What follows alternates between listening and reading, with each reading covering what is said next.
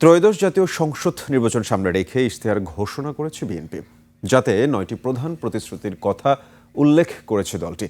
বিকেলে রাজধানীর একটি হোটেলে ইশতেহার ঘোষণা অনুষ্ঠানে বিএনপি চেয়ারম্যান তারেক রহমান বলেন, এই ইশতেহার কেবল নির্বাচনী প্রতিশ্রুতি নয়, এটি একটি নতুন সামাজিক ও রাষ্ট্রীয় চুক্তির ঘোষণা।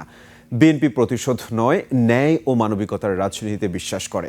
ক্ষমতা নয়, জনগণের অধিকারই বিএনপির রাজনীতির কেন্দ্রবিন্দু। লুটপাট নয় উৎপাদন, ভয় নয় অধিকার, বৈষম্য নয় ন্যায্যতা। এই নীতিতেই রাষ্ট্র পরিচালিত হবে।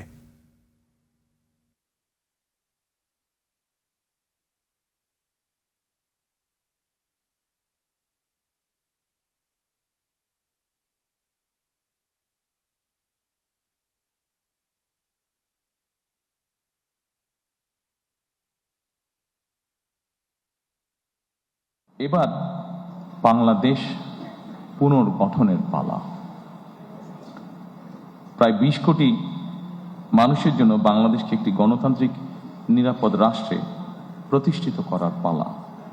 বাংলাদেশকে বর্তমান এবং ভবিষ্যৎ প্রজন্মের জন্য একটি নিরাপদ রাষ্ট্রে পরিণত করার জন্য বিএনপি কতগুলো সুনির্দিষ্ট পরিকল্পনা গ্রহণ করেছে।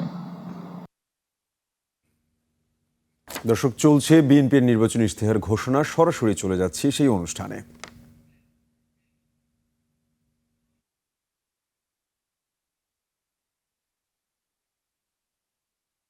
তাদেরকে সকল রাজনীতিকরণের বাইরে আমাদেরকে রাখতে হবে। অবসরপ্রাপ্ত সেনা সদস্যদের ক্ষেত্রে আমরা 1 র্যাঙ্ক 1 পেনশন পলিসি চালু করতে চাইছি।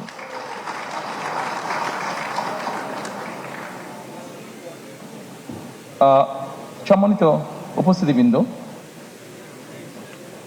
ফরেন পলিসির ক্ষেত্রে কথা আছে যে ফরেন পলিসিটা কেমন হবে। আমি এক বাক্যে আপনাদেরকে বলছি, দেখুন, বাংলাদেশে 20 কোটি মানুষ, আমরা এর আগে বলেছি বহু 4 কোটি বেকার আছে, স্বাস্থ্যর বিষয় আছে, কর্মসংস্থানের বিষয় আছে।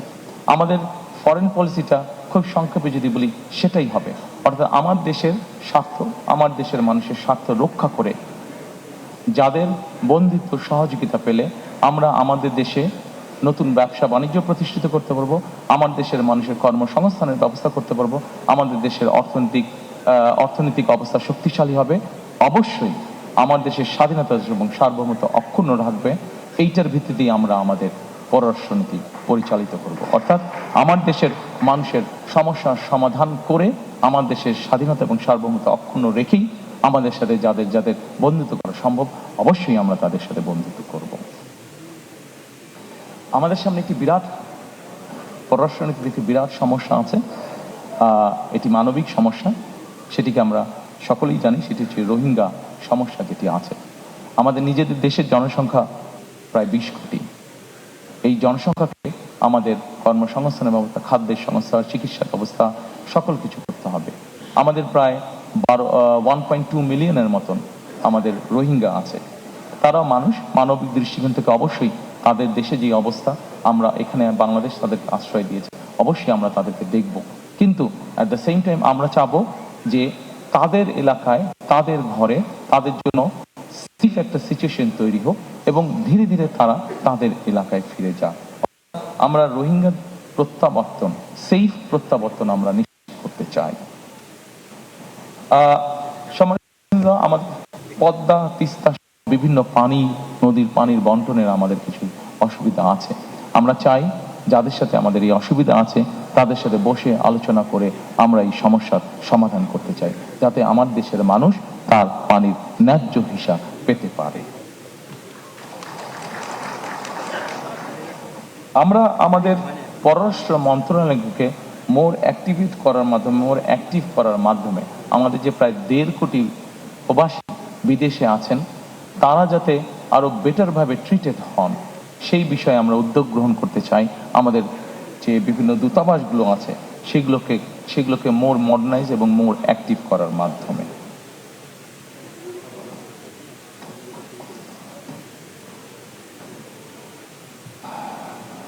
সম্মানিত উপস্থিতিবৃন্দ, এরপরে একটি অত্যন্ত গুরুত্বপূর্ণ বিষয় আছে, সেটির প্রতি আপনাদেরকে আমি অনুরোধ করব নজর দেওয়ার জন্য। শ্রমিক এবং প্রবাসী কল্যাণ। আমাদের দেশে একটি সমস্যা আছে। আমাদের দেশের নারী পুরুষ এবং প্রতিবন্ধী যারা, তাদের ক্ষেত্রে একটি বেতনের ব্যাপারে একটি বৈষম্যমূলক আচরণ হয়ে থাকে অনেক জায়গায়, অনেক ক্ষেত্রে।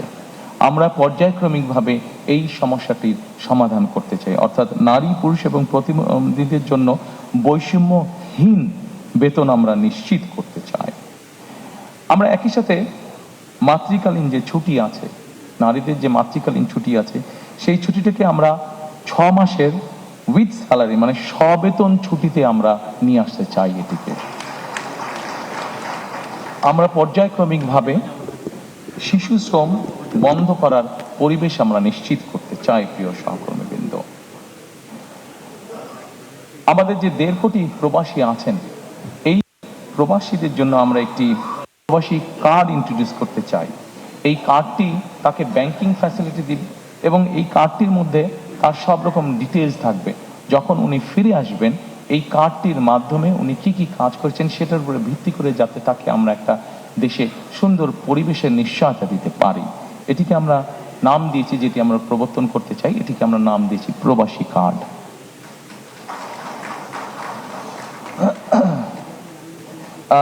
এর বাইরে আমরা প্রবাসীদের জন্য রেমিটেন্স প্রণোদনা দিতে চাই।